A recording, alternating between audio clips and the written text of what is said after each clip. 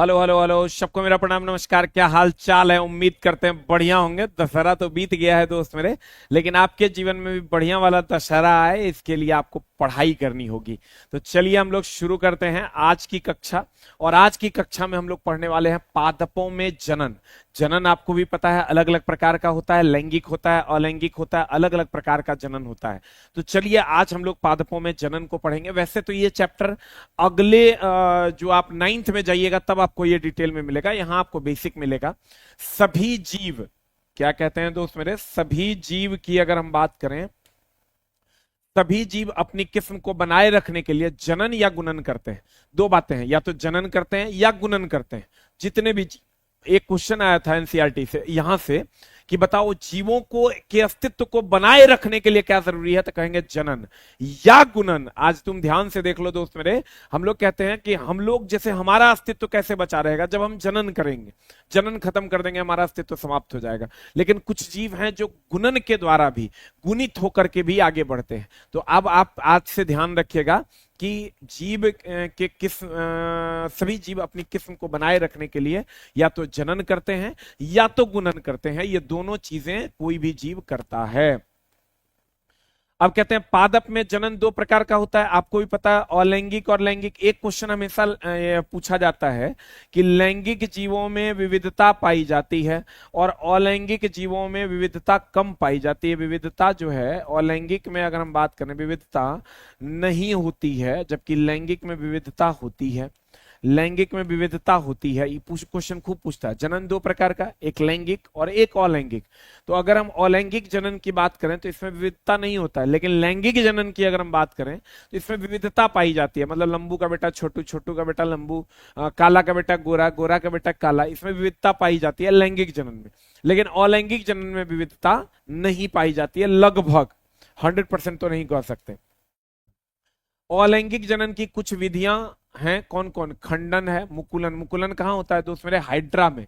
Hydra में मुकुलन होता है। बीजाण निर्माण और कायिक प्रवर्धन, इस सब को आप आगे की कक्षाओं में पढ़िएगा पूरा डिटेल में।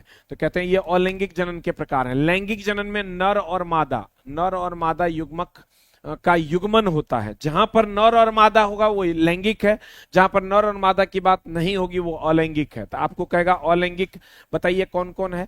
विधियां में खंडन है, खंडन है, खंडन है, मुकुलन है, बीजाण निर्माण है और कायिक प्रवर्धन है। ये सब अलैंगिक है। और जो लैंगिक होगा उसमें एक नर युग्म होगा और एक नर होगा और एक मादा होगा, दोनों मिला के युग्म का निर्माण करेगा, उसे अलैंगिक कहते हैं। कायिक प्रवर्धन में पत्तियां, तना, मूल जैसे कायिक भागों से नए पादप बनते हैं। 100 बार का पूछा हुआ, जैसे गुलाब वगैरह को ले लीजिए, आप काट के नया पौधा बनाते हैं ना, तो कहते हैं दोस्त मेरे कायिक प्रवर्धन में क्या होता है, पत्ती, तना, मूल, मूल मतलब जड़, जैसे कायिक भागों से नए पादप बनाए जाते हैं। खूब पूछता है अलग अलग एग्जाम्स में। कहते हैं पुष्प पादप का जनन अंग है, एकदम जनन अंग है। पुष्प पर ही आप तो पराग कण जो निकलते हैं, पराग कण जो परागन की क्रिया होती है वो पुष्प पर ही होती है। एक लिंगी पुष्प में या तो नर या तो मादा जनन अंग होता है। अगर एक लिंगी है तो एक लिंगी में या तो नर होगा या तो मादा होगा, कोई एक होगा। द्विलिंगी होगा तो उसमें नर भी होगा और मादा भी होगा। कहते हैं द्विलिंगी पुष्प में नर और मादा, देखो दोनों टर्म में डिफरेंस है। यहां दिया हुआ है नर अथवा मादा, अथवा को हम या भी कह सकते हैं, और यहां नर और मादा, नर और मादा, नर और मादा, और मादा और मादा, नर और मादा, नर और मादा। ध्यान से देखो दोनों में डिफरेंस है। एक लिंगी में या तो नर होगा या मादा। जैसे हम आपको एग्जाम में पूछता था ना, ये क्वेश्चन जब पूछता है कथन निष्कर्ष में बच्चा कंफ्यूज हो जाता है। ये क्वेश्चन जब पूछेगा आपको कथन निष्कर्ष में तो बच्चा कंफ्यूज हो जाता है। नर या मादा, एक लिंगी में नर और मादा मतलब दोनों हो गया तो वो द्विलिंगी में हो जाएगा। तो कहते हैं एक लिंगी की पुष्प या तो नर या तो मादा, द्विलिंगी पुष्प में नर और मादा यानी दोनों जनन अंग होंगे। अब आते हैं आगे आगे आगे। नर युग्मक पराग कणों के अंदर और मादा युग्मक बीजांड के में पाए जाते हैं। आप अगर देखे होंगे नर युग्मक में, इसको आप डिटेल में पढ़िएगा क्लास 9th में, कि नर युग्मक जो होते हैं वो पराग कणों के अंदर और मादा युग्मक कहाँ पाए जाते हैं दोस्त मेरे? बीजांड में। किसी पुष्प के पराग कोश से उसी पुष्प अथवा किसी अन्य पुष्प के वर्तिकाग्र तक पराग कणों के स्थानांतरण के प्रक्रम को परागन कहते हैं। ये जो आप, ये नर है और ये अगर मादा है, यहां से यहां अगर पराग कण आता है, इसी क्रिया को परागन कहते हैं। इसी क्रिया को क्या कहते हैं? परागन कहते हैं। लेकिन हम लोग आगे इस चैप्टर को और बढ़िया से पढ़ेंगे। कहते हैं परागकण दो प्रकार का होता है, एक तो स्वपरागन, खुद से परागन, और एक पर परागन, मतलब किसी की सहायता से परागन। स्वपरागन में पराग कण पराग कोश से उसी पुष्प के वर्तिकाग्र पर स्थानांतरित होता है। पर परागन में पराग कण एक पुष्प के पराग कोश से उसी प्रकार के दूसरे पुष्प के वर्तिकाग्र पर जाता है। मतलब स्वपरागन होगा, अपने खुद के पुष्प पर परागन होगा, और पर परागन होगा तो एक पुष्प का दूसरे पुष्प पर परागन होगा, तो उसको हम लोग कहते हैं पर परागन। उसके बाद कहते हैं परागन पवन जल कीट। ये पूछता है दोस्त मैंने, ये तीनों से परागन होता है। पवन से भी परागन होता है, जल से भी होता है, और कीट से तो होता ही होता है। नर और मादा युग्मक का युग्मन क्या कहलाता है? निषेचन कहलाता है। निषेचित अंड युग्मनज कहलाते हैं। और युग्मनज का विकास कहाँ होता है दोस्त मेरे? भ्रूण में होता है।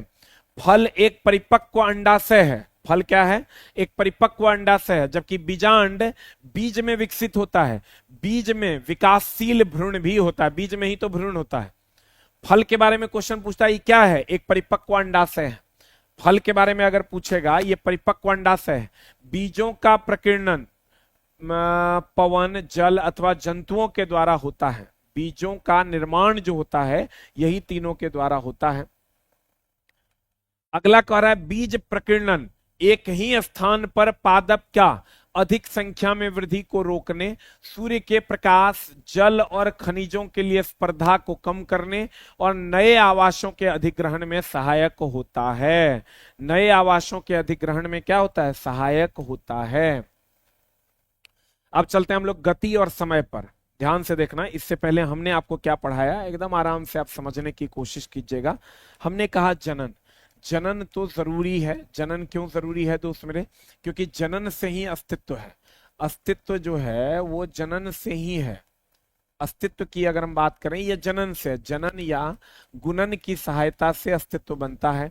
अब ये दो प्रकार का होता है, एक होता है लैंगिक और एक होता है अलैंगिक।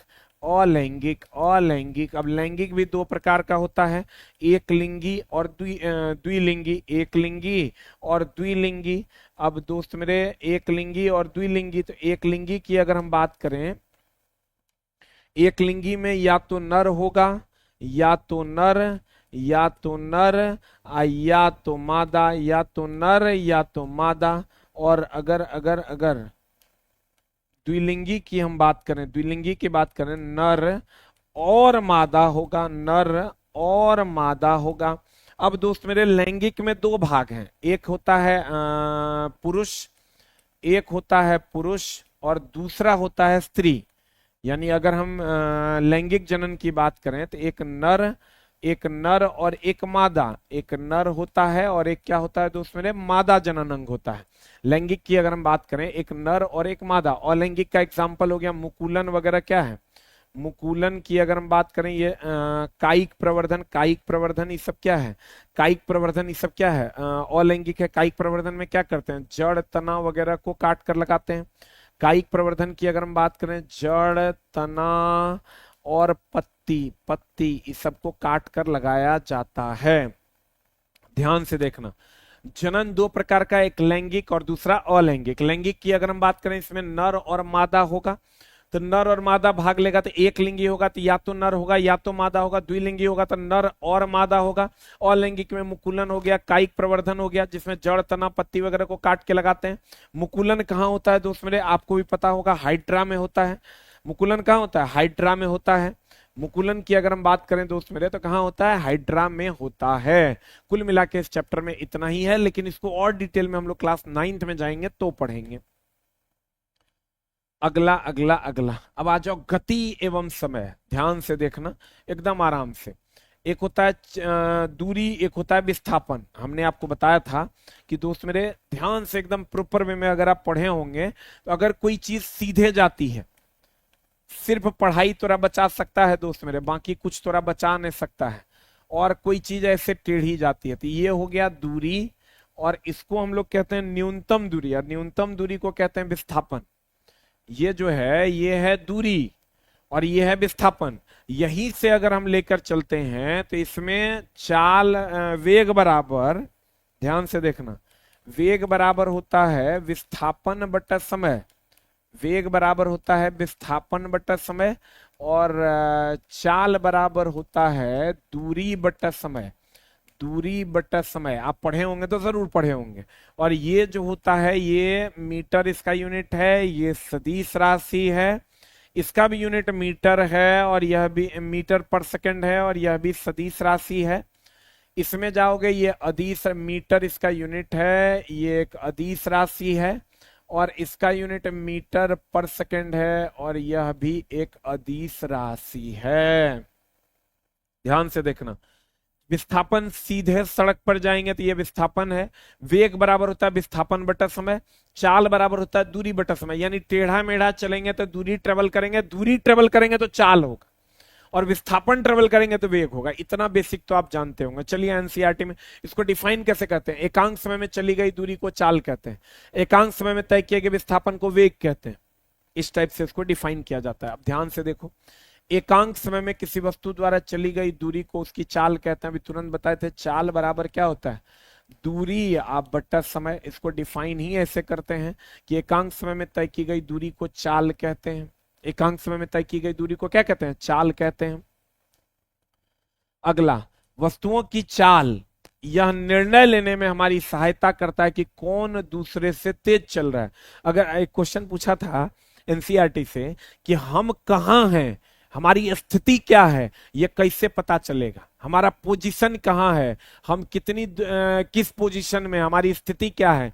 किसी वस्तु की स्थिति का पता उसके विस्थापन से चलता है। अगर हम कह दें कि हम 300 किलोमीटर की दूरी पर हैं तो सामने वाला को पता चल जाएगा कि भैया ये या तो घर गया होगा या तो फलाने जगह गया हो। हम कह दें 1000 किलोमीटर की दूरी पर हैं तो सामने वाले को पता चल जाएगा भैया ये दिल्ली गया होगा। कहने का मतलब यह हुआ कि किसी वस्तु की स्थिति का पता उसके विस्थापन से चलता है। किसी वस्तु के स्थिति का पता उसके विस्थापन से चलता है। तो कहते हैं वस्तुओं के चाल से यह निर्णय लेने में हमारी सहायता करता है कि कौन दूसरे से तेज चल रहा है, कौन दूसरे से क्या चल रहा है, तेज चल रहा है। तो चलिए हम लोग कहते हैं किसी वस्तु की चाल उसके द्वारा तय की गई दूरी को उस दूरी को चलने के लिए गए समय से विभाजित करने पर प्राप्त होता है। इसका मूल मात्रक मीटर प्रति सेकंड है। चाल बराबर, इस बार जब क्वेश्चन पूछा था ना कि भैया वेग का मात्रक मीटर पर सेकंड, बच्चा कहता था अरे इतना आसान है भाई, एनसीईआरटी में यही दिया हुआ है इसलिए यही पूछता है। कहते हैं चाल जो है वो दूरी और समय का अनुपात है। ये लिखा हुआ है कि दूरी को समय से विभाजित करेंगे तो चाल आएगा, और यह मीटर पर सेकंड है। ये क्या है दोस्त मेरे, मीटर पर सेकंड है। आवर्ती घटना, आवर्ती घटना मतलब जहां से चला वहीं पहुंचा। आवर्ती घटना की अगर हम बात करें, जहां से चला वहीं पहुंचा। आवर्ती घटना की अगर हम बात करें, जहां से चला वहीं पहुंचा। कहते हैं आवर्ती घटनाओं का उपयोग समय मापन में किया जाता है। आवर्ती घटना जैसे पेंडुलम वगैरह का उपयोग समय को नापने के लिए करते हैं। लोलक की आवर्ती गति का उपयोग घड़ियों को बनाने में होता है। लोलक देखे हो ना, पेंडुलम घड़ी वगैरह में जो लगा हुआ होता है, घड़ियों को बनाने में हम लोग लोलक का उपयोग करते हैं। और लोलक पूछेगा कौन गति में होता है, कहेंगे आवर्ती गति में। ये इधर उधर की जो गति है इसको आवर्ती गति कहते हैं। लोलक कौन गति में होता है, तो उसमें आवर्ती गति में होता है। वस्तुओं की गति को उनके दूरी समय ग्राफ के द्वारा चित्रात्मक रूप में प्रस्तुत करते हैं। आपको पता होगा, देखिए क्या मामला है। चाल को ही हम लोग गति भी कहते हैं। ये बराबर होता है दूरी बटा समय, दूरी बटा समय। फिर होता है वेग, वेग बराबर होता है विस्थापन बटा समय, विस्थापन बटा समय, विस्थापन बटा समय। और त्वरण बराबर होता है दोस्त मेरे वेग बटा समय। त्वरण बराबर अगर हम बात करें तो वेग बटा समय। अब ध्यान से देखना, देखो एनसीईआरटी में लिखा हुआ है, पूछ देगा तो हैरान नहीं होना है।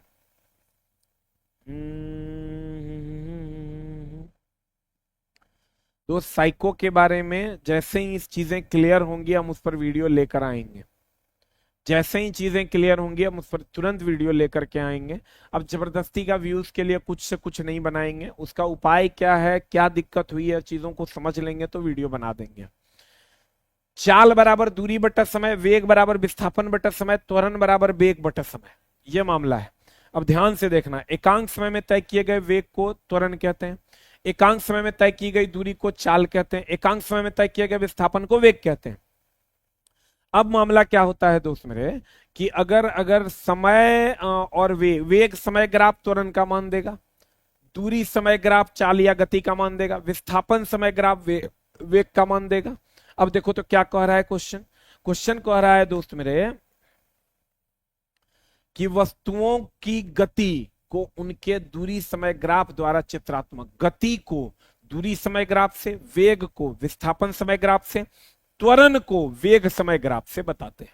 फॉर एग्जाम्पल अगर हम लोग ऐसा ले लेते हैं, कुछ भी ऐसा ले लेते हैं वेग और समय, तो वेग और समय का ग्राफ त्वरण का मान देगा, तो ये ग्राफ जो है एक समान त्वरण का मान देगा, एक समान त्वरण का मान देगा। ध्यान से देखना, कहते हैं वेग और समय का ग्राफ जो है ये एक समान त्वरण देगा, यानी वेग समय ग्राफ त्वरण का मान देगा, दूरी समय ग्राफ चाल का मान देगा, विस्थापन समय ग्राफ वेग का मान देगा।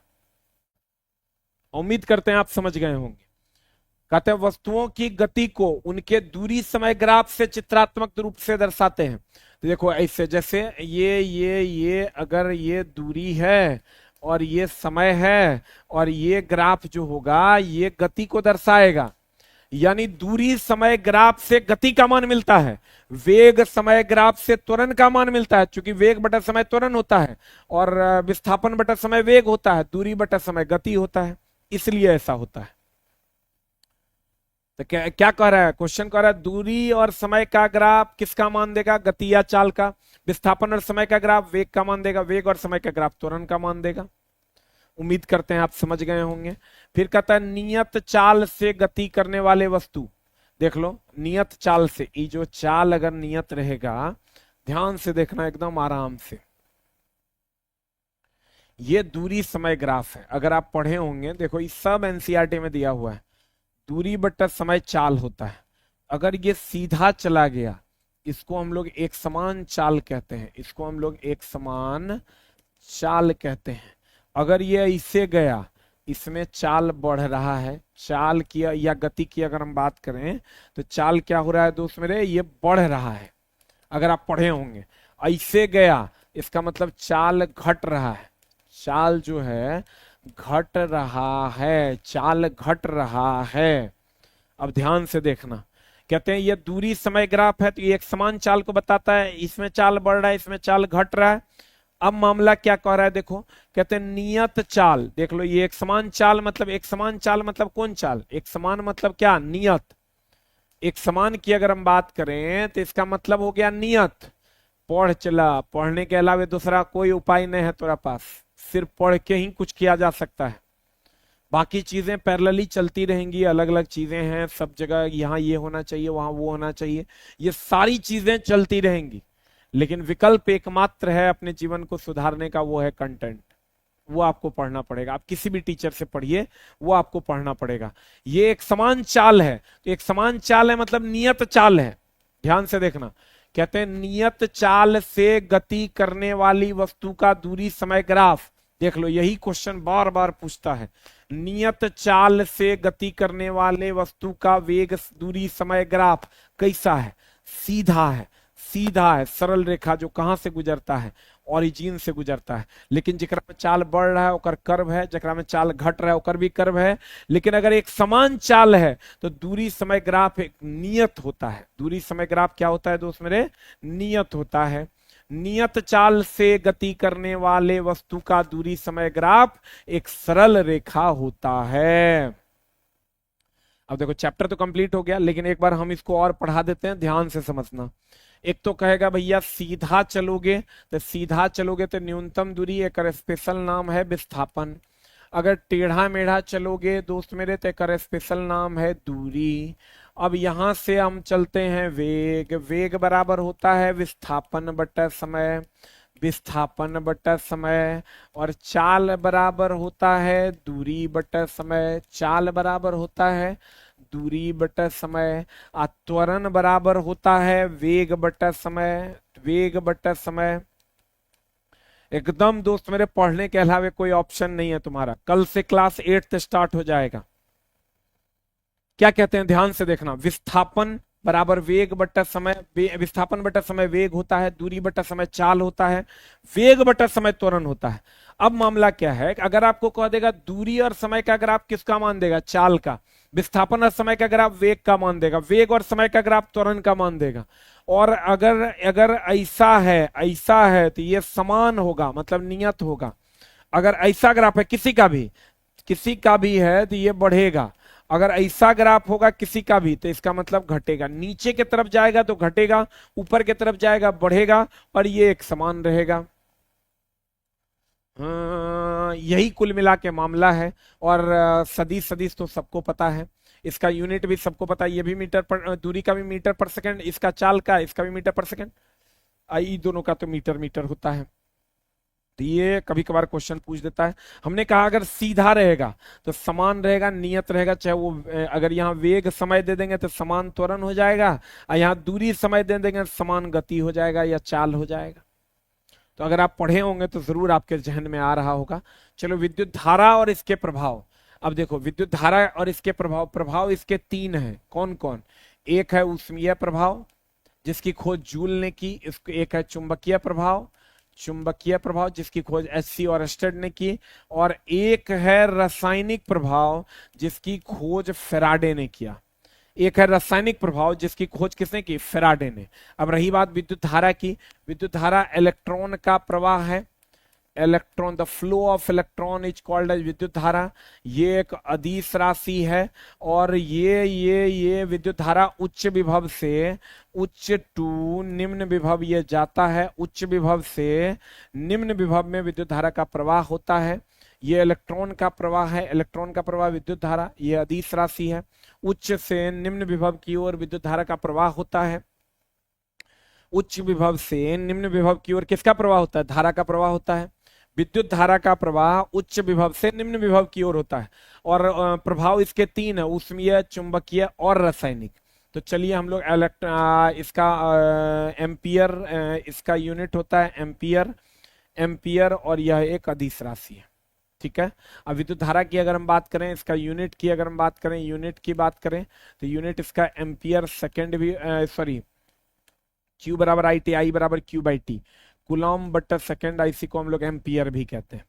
कुलॉम बटा सेकेंड, इसी को हम लोग क्या कहते हैं? एम्पियर। चलो हम लोग अब एनसीईआरटी की दुनिया में चलते हैं, और एनसीईआरटी में क्या लिखा गया उस पर बात करते हैं। कहते हैं विद्युत अवयवों को उनके प्रतीकों द्वारा निरूपित करना सुविधाजनक होता है। जैसे प्रतिरोध को R से डिनोट करते हैं, वोल्टेज को V से डिनोट करते हैं, विद्युत धारा को I से।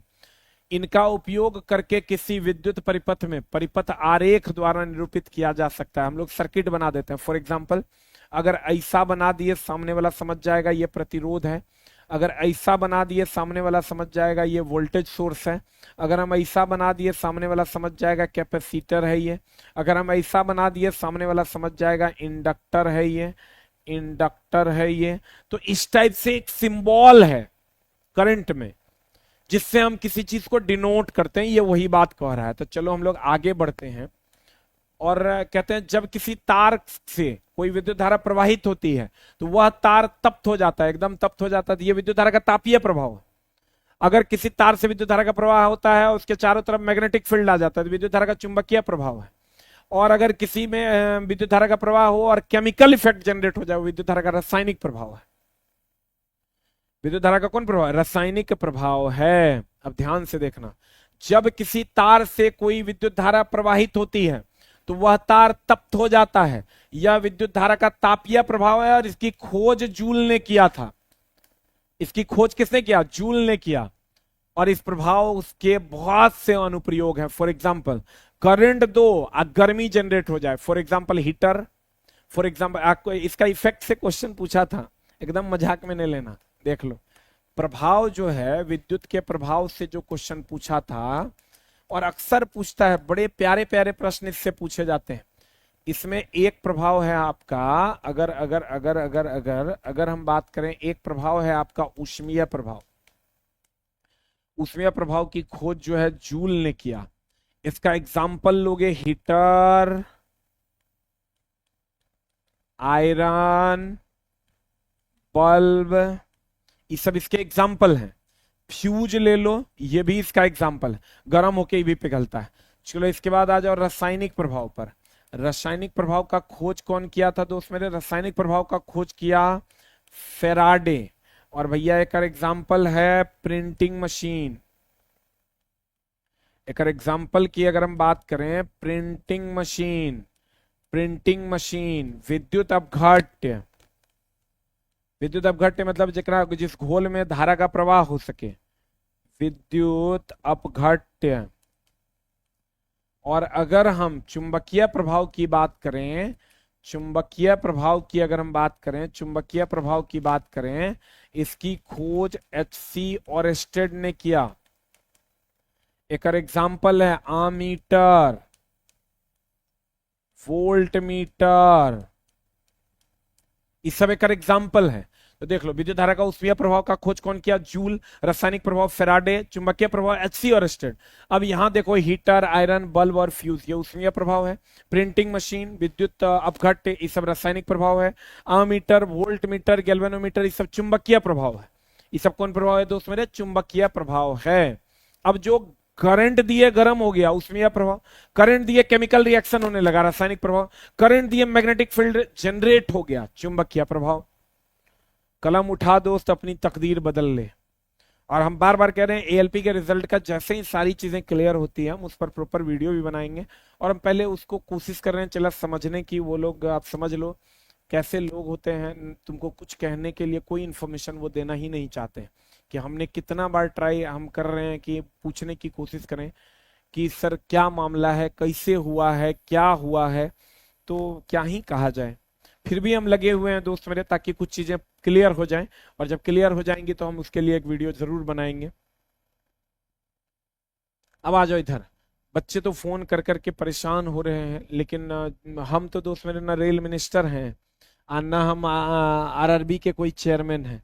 हमारी औकात ही बहुत छोटी है। तो उस छोटे औकात में जितना हम कर पाते हैं उतना करने की कोशिश करते हैं। जब किसी तार से कोई विद्युत धारा प्रवाहित होती है तो वह तार तप्त हो जाता है, यह विद्युत धारा का तापीय प्रभाव कहलाता है। इस प्रभाव के बहुत सारे अनुप्रयोग हैं। हम बोलवे कि विद्युत धारा के तापीय प्रभाव का हीटर, आयरन, बल्ब, फ्यूज, ये इसके अनुप्रयोग हैं। कहते हैं जब किसी तार से विद्युत धारा प्रवाहित की जाती है तो वह चुंबक की भांति व्यवहार करता है, इसे विद्युत धारा का चुंबकीय प्रभाव कहते हैं। अभी तुरंत बोले, चुंबक की तरह व्यवहार करेगा। इसका खोज एचसी ओरस्टेड ने किया। आमीटर, वोल्टमीटर, ये विद्युत धारा का चुंबकीय प्रभाव है। करंट प्रवाहित करोगे और उसके चारों तरफ मैग्नेटिक फील्ड जनरेट हो जाए।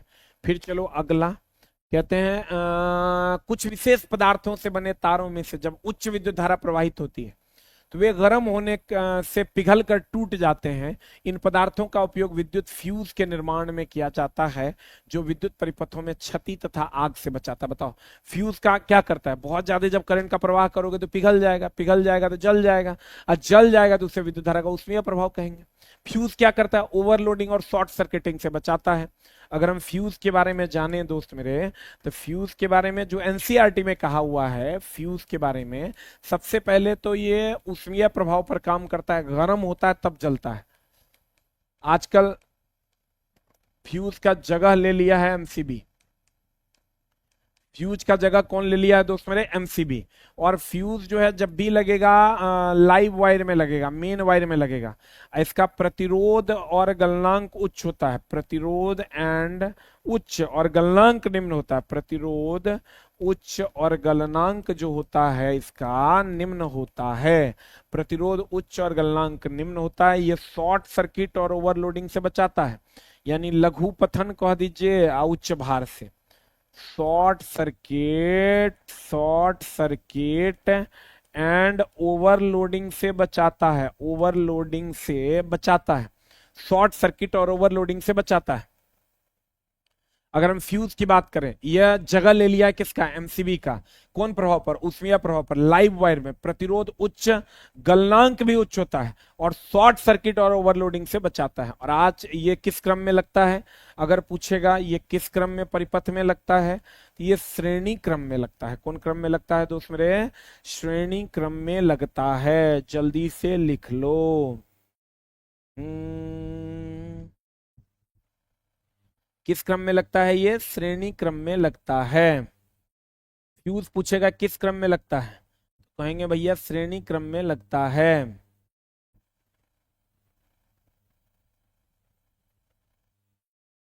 फ्यूज किस क्रम में लगता है, श्रेणी क्रम में। लाइव वायर में लगता है, किस में लगता है, लाइव वायर में लगता है, श्रेणी क्रम में लगता है। प्रतिरोध उच्च होता है और गलनांक निम्न होता है।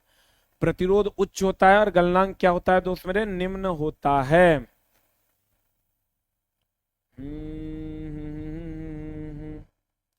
आ जाओ इधर। कहता है कुछ विशेष पदार्थों से बने तारों में से जब उच्च विद्युत धारा जैसे फ्यूज होता प्रवाहित होता है तो वे गर्म होकर पिघल कर टूट जाते हैं, और इन पदार्थों का उपयोग विद्युत फ्यूज के निर्माण में किया जाता है ताकि वो पिघल कर टूट जाए। फ्यूज की अगर बात करोगे वो पदार्थ कौन सा होता है, कहेगा सीसा और टीन। ये जो पदार्थ है फ्यूज का, ये किसका, कौन सा पदार्थ का बना होता है, ये पीबी प्लस एसएन का बना होता है। आप भी पढ़े होंगे, लेकिन एनसीईआरटी में क्या लाइन दिया हुआ है, एनसीईआरटी में दिया हुआ है कुछ विशेष पदार्थों से बने तारों में से जब विद्युत धारा प्रवाहित होती है तो वे गर्म होकर पिघलकर टूट जाते हैं। इन पदार्थों का उपयोग विद्युत फ्यूज के निर्माण में किया जाता है जो विद्युत पदार्थों को क्षति होने से बचाता है। कहता लोहे के किसी टुकड़े पर विद्युत रोधी तार से लिपटी विद्युत धारावाही कुंडली को विद्युत चुंबक कहते हैं। देखो बड़ा बढ़िया है कि अगर ये मान लीजिए लोहे का कोई टुकड़ा है, लोहे के किसी टुकड़े पर विद्युत रोधी तार से लिपटी विद्युत धारावाही कुंडली, विद्युत रोधी तार से लिपटी ये कुंडली जो है, और इसमें जब आप करंट दोगे ना, ये अपने चारों तरफ चुंबकीय क्षेत्र जनरेट करेगा, चुंबकीय क्षेत्र जनरेट कर लेगा। जैसे ही आप इसमें करंट दोगे ये अपने चारों तरफ मैग्नेटिक फील्ड जनरेट करेगा। कहेगा लोहे के किसी टुकड़े पर विद्युत रोधी तार से लिपटी विद्युत धारावाही कुंडली विद्युत चुंबक होती है। जब किसी तार में विद्युत धारा का प्रवाह करें और अपने चारों तरफ मैग्नेटिक फील्ड जनरेट करे, उसे विद्युत चुंबक कहते हैं। अच्छा बताओ तो जल्दी से, विद्युत चुंबक अस्थाई है कि अस्थाई है, जल्दी से बताना। विद्युत चुंबक जो है विद्युत धारा देंगे तो चुंबकत्व होगा और नहीं देंगे तो नहीं होगा। बताओ ये अस्थाई है या अस्थाई है, जल्दी से बता। विद्युत धारा देंगे तो चुंबकत्व का गुण होगा और नहीं देंगे तो चुंबकत्व का गुण, बता दो जल्दी से दोस्त मेरे कि इसका आंसर क्या हो जाएगा। What is the answer. कहते हैं विद्युत चुंबक कैसा चुंबक है, भैया विद्युत धारा दोगे तो चुंबकत्व होगा, नहीं दोगे तो नहीं होगा। ये एक अस्थाई चुंबक है, विद्युत चुंबक एक अस्थाई चुंबक है। आप देखते होंगे दोस्त मेरे कि कभी टावर वगैरह पोल पे लिखा हुआ होता है यहाँ डेंजर, और भैया दुगो हड्डी ऐसे टांग देता है, तो यहाँ विद्युत धारा का प्रवाह हो रहा है, तो यहाँ हो रहा है तो इसके चारों तरफ चुंबकीय क्षेत्र जनरेट होता है। इसी को कहते हैं विद्युत धारा का चुंबकीय प्रभाव। इससे ऊपर आप जाइएगा तो आपको खींच लेगा, तो इसी को कहते हैं विद्युत धारा का कौन प्रभाव, चुंबकीय प्रभाव। अगला अगला अगला कहते हैं विद्युत चुंबक बहुत सी युक्तियों में उपयोग किया जाता है, और विद्युत चुंबक एक अस्थाई चुंबक है। करंट देंगे तो चुंबकत्व तो होगा। अब देखो चुंबक दो प्रकार का, ध्यान से पढ़ ही लो यार इसको। कहते हैं चुंबक दो प्रकार का होता है, चुंबक दो प्रकार का होता है। एक होता है स्थायी चुंबक, एक होता है स्थायी चुंबक, और दूसरा होता है अस्थायी चुंबक, दूसरा होता है अस्थायी चुंबक। देखो इसमें विद्युत धारा देंगे, दें या ना दे, चुंबक रहेगा। ये विद्युत धारा प्रवाहित न होने पर भी चुंबक रहेगा, प्रवाहित न होने पर भी, न होने पर भी चुंबक रहेगा, चुंबक रहेगा, ना होने पर भी चुंबक रहेगा। इसको कहते हैं स्थायी चुंबक। अस्थायी चुंबक कहते हैं विद्युत धारा का प्रवाह होगा तभी चुंबकीय गुण रहेगा। विद्युत धारा का प्रवाह होने पर ही चुंबकीय गुण होगा, होने पर ही चुंबकीय गुण होगा। विद्युत धारा का प्रवाह होने पर ही चुंबकीय गुण होगा। इसका मतलब विद्युत धारा होगा तो चुंबकीय गुण होगा और नहीं होगा तो नहीं होगा। इसको हम लोग कहते हैं विद्युत चुंबक। इसको कहते हैं हम लोग विद्युत चुंबक। ये बताओ, एक सप्ताह चला मुफ्त का क्लासेस, सारा क्लास डिस्टर्ब है ये पूजा के कारण। बच्चे कह तो देते हैं कि सर हम पढ़ेंगे, लेकिन पढ़ नहीं पाते हैं, क्योंकि पूजा में अगल बगल का माहौल ऐसा होता है कि बच्चे पढ़ नहीं पाते हैं। अस्थाई चुंबक किसको कहते हैं? अस्थाई चुंबक उसको कहते हैं दोस्त मेरे, विद्युत धारा प्रवाहित हो ना होने पर भी चुंबक रहेगा। अस्थाई चुंबक स्टील का बना होता है। अस्थाई चुंबक किसका बना होता है? स्टील का बना होता है। और अस्थाई चुंबक जो होता है ये नरम या मृदु लोहे का बना होता है। नरम या मृदु लोहा का बना होता है। अस्थाई चुंबक स्टील का बना होता है, और अस्थाई चुंबक की अगर हम बात करें, ये नरम या मृदु लोहा का बना होता है। अस्थाई चुंबक स्टील का बना होता है, और अस्थाई चुंबक या विद्युत चुंबक नरम या मृदु लोहे का बना होता है।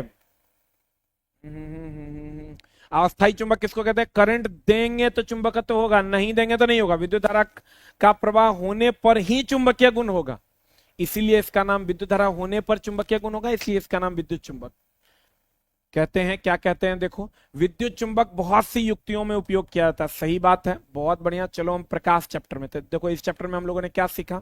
चुंबक दो प्रकार का, एक अस्थाई और दूसरा अस्थाई। अस्थाई चुंबक किसका बना होता है? स्टील का। और अस्थाई चुंबक या विद्युत चुंबक किसका बना होता है? नरम या मृदु लोहे का। सबसे ज्यादा यही क्वेश्चन पूछता है, याद न रहे ना, अस्थाई स्टील, स्टील को ही ये भी याद रखना, स्टील को इस्पात कहते हैं। स्टील को ही क्या कहते हैं? इस्पात कहते हैं। आ जाओ इधर, प्रकाश प्रकाश सरल रेखा के अनुदिश गमन करता है, सबको पता है। कोई भी पॉलिश किया हुआ अथवा चमकदार पृष्ठ दर्पण की भांति कार्य करता है। हम बार बार कहते हैं, अगर आप कोई भी ऐसा पृष्ठ ले लीजिए, चाहे ले लो तुम पेंट कर दो बहुत बढ़िया से, पॉलिश मार दो एकदम चकाचक, वो दर्पण की तरह व्यवहार करेगा। टाइल्स जो है उसमें पॉलिश किया हुआ है, वो भी दर्पण की तरह व्यवहार करेगा। आपको कहेगा हम टाइल्स जो है वो किस तरीके से व्यवहार करेगा, कहेंगे दर्पण की तरह। पॉलिश किया हुआ दीवाल किस तरीके का व्यवहार करेगा, कहेंगे दर्पण की तरह व्यवहार करेगा। कोई भी पॉलिश किया हुआ अथवा चमकदार पृष्ठ दर्पण की भांति कार्य करता है। और ये हमेशा ध्यान रखिएगा दोस्त मेरे, दर्पण ये दर्पण है, दर्पण वो है जिसके एक तरफ कलई किया हुआ हो, और लेंस वो है जिसके प्रकाश आर पार जा सके। अगर प्रकाश आर पार जा रहा है तो ये लेंस है, और प्रकाश अगर लौट जा रहा है तो ये दर्पण है। प्रकाश अगर लौट जा रहा है तो ये दर्पण है, और प्रकाश अगर आर पार जा रहा है तो ये लेंस है। ये हमेशा ध्यान रखना। यानी दर्पण में अगर हम बात करें तो यहाँ परावर्तन की घटना होती है, और लेंस में अगर हम बात करें तो यहाँ अपवर्तन की घटना होती है। दर्पण में परावर्तन की घटना होती है और लेंस में अपवर्तन की घटना होती है। बताओ, कोई भी पॉलिश किया हुआ अथवा चमकदार पृष्ठ दर्पण की भांति व्यवहार करता है। दर्पण में परावर्तन की घटना होती है, जबकि लेंस में प्रकाश आर पार चला जाता है, अपवर्तन की घटना होती है। जो प्रतिबिंब, देखो अब प्रतिबिंब भी दो प्रकार का होता है। अगर हम बात करें प्रतिबिंब की अगर हम बात करें दोस्त मेरे, प्रतिबिंब दो प्रकार का, एक होता है वास्तविक प्रतिबिंब और एक होता है काल्पनिक प्रतिबिंब। काल्पनिक प्रतिबिंब को ही आभासी प्रतिबिंब भी कहते हैं। तो देखो, एक होता है जो पर्दे पर उतार सकते हो, पर्दे पर उतार सकते हैं, पर्दे पर उतार सकते हैं, कौन? वास्तविक प्रतिबिंब को। और पर्दे पर नहीं उतार सकते, पर्दे पर नहीं उतार सकते। अब भैया अगर आप कल्पना कर रहे हैं तो कल्पना को आप पर्दे पर कैसे उतारिएगा? अगर आप कल्पना कर रहे हैं तो कल्पना को आप पर्दे पर उतार सकते हैं क्या? तो काल्पनिक प्रतिबिंब को पर्दे पर नहीं उतारा जा सकता। काल्पनिक को ही हम लोग आभासी भी कहते हैं, जबकि वास्तविक प्रतिबिंब को पर्दे पर उतारा जा सकता है। इसको आप पर्दे पर उतार सकते हैं। अब देखो, और किसको नहीं उतार सकते? अनंत पर जो बनेगा, अनंत पर बनेगा, अगर पर्दा कैसे लगाओगे? नहीं उतार सकते। कल्पना कर रहे हो, वो प्रतिबिंब रियल है ही नहीं, उसको पर्दे पर कैसे उतारेंगे? लेकिन वास्तविक प्रतिबिंब को पर्दे पर उतार सकते हैं। और ये हमेशा ध्यान रखना, काल्पनिक प्रतिबिंब हमेशा, वास्तविक प्रतिबिंब हमेशा उल्टा होता है, और काल्पनिक प्रतिबिंब हमेशा सीधा होता है। काल्पनिक प्रतिबिंब हमेशा सीधा होता है।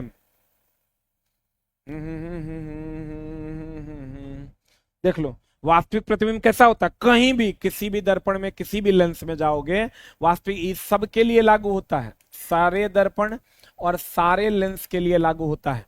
सभी दर्पण और सभी लेंस में वास्तविक प्रतिबिंब उल्टा होता है और काल्पनिक प्रतिबिंब सीधा होता है।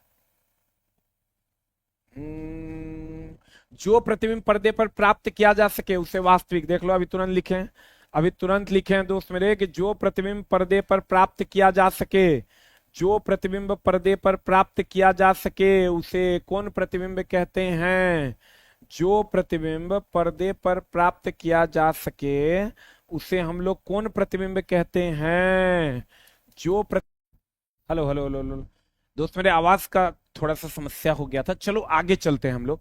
हमने क्या कहा कि जो प्रतिबिंब पर्दे पर प्राप्त किया जा सकता है उसे वास्तविक प्रतिबिंब कहते हैं। तो पर्दे पर प्राप्त कर किसको नहीं सकते हैं, वो काल्पनिक प्रतिबिंब और अनंत पर बनने वाले प्रतिबिंब को पर्दे पर प्राप्त नहीं कर सकते। जिस प्रतिबिंब को पर्दे पर प्राप्त न किया जा सके उसे आभासी प्रतिबिंब कहते हैं, आभासी को ही काल्पनिक कहते हैं। और एक और जोड़ लो, अनंत पर बनने वाले प्रतिबिंब को भी पर्दे पर प्राप्त नहीं किया जा सकता है। अगला कहते हैं समतल दर्पण द्वारा, हा ये समतल दर्पण है। ये अगर हम समतल दर्पण की बात करें दोस्त मेरे, समतल दर्पण के बारे में आपको पता होगा। समतल दर्पण की अगर हम बात करें, एग्जैक्ट एनसीईआरटी का लाइन है ये सब। समतल दर्पण ये सीधा होता है, इसका वक्रता केंद्र अनंत पर होता है, इसका वक्रता केंद्र जो होता है वो अनंत पर होता है।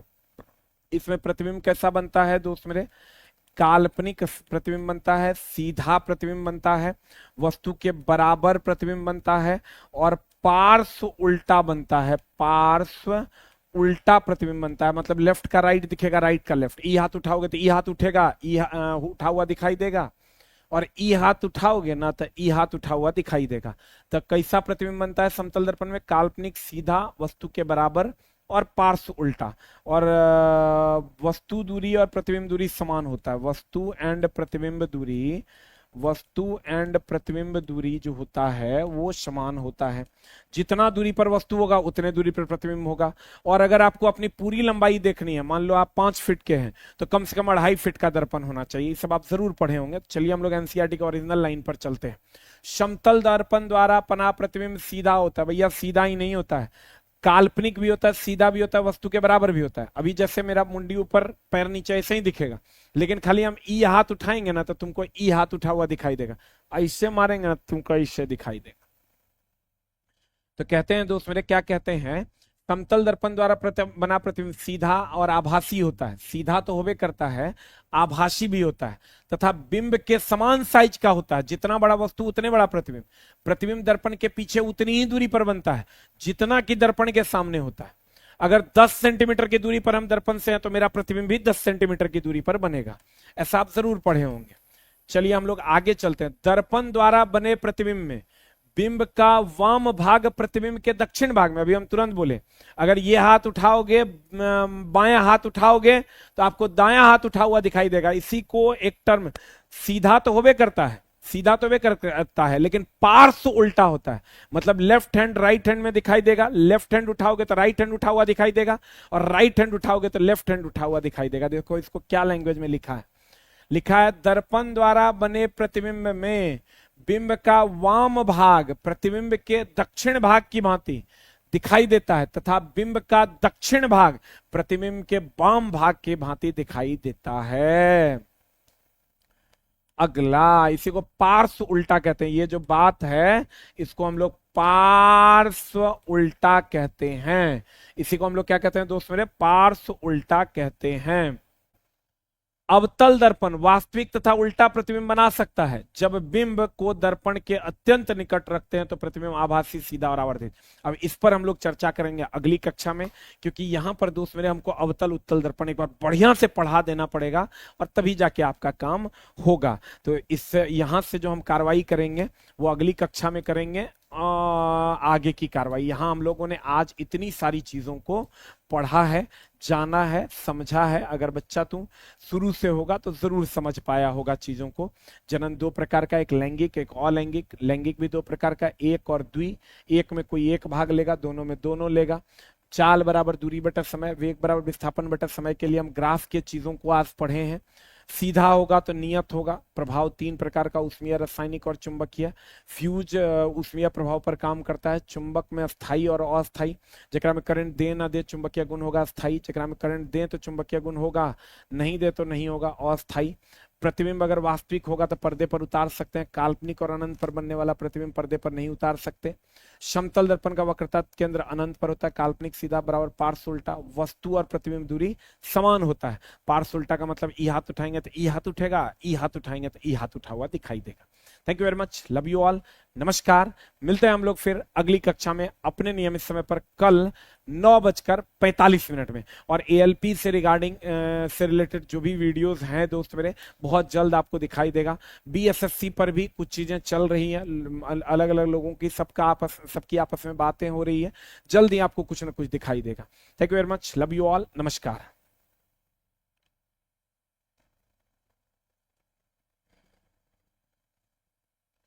पढ़ चला पढ़ाई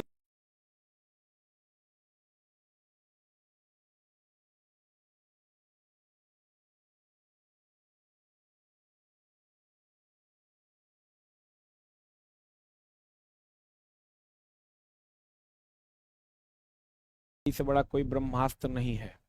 यही एगो है जो तुमको बचा सकता